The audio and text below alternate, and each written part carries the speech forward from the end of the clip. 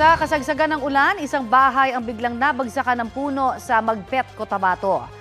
Matutulog na sana ang senior citizen na nakatira sa nasabing bahay nang mangyari ang insidente. Maswerteng nakaligtas ang matanda pero dinala pa rin po siya sa ospital matapos atakihin ng high blood pressure.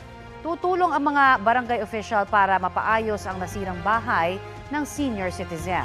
Sa mga susunod na oras, halos buong bansa po ang may tsansa pa rin ng uulanin. Base po yan sa rainfall forecast ng Metro Weather. Posible po ang heavy to intense rains na maaaring magdulot ng baha o landslide, kaya maging alerto mga kapuso.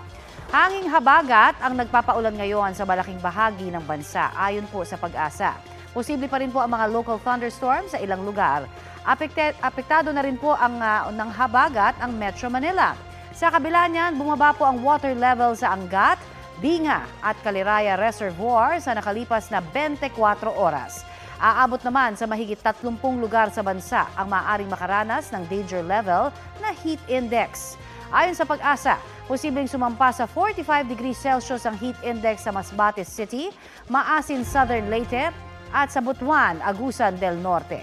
44 degrees Celsius sa Dagupan, Pangasinan, Bacnotan sa La Union, Apari, Cagayan, Rojas, Capiz, Dumangas, Iloilo, Catarman, Northern Samar at sa Surigao City. Posible pong umabot sa 42 o hanggang 43 degrees Celsius ang heat index sa ilan pang panig ng bansa.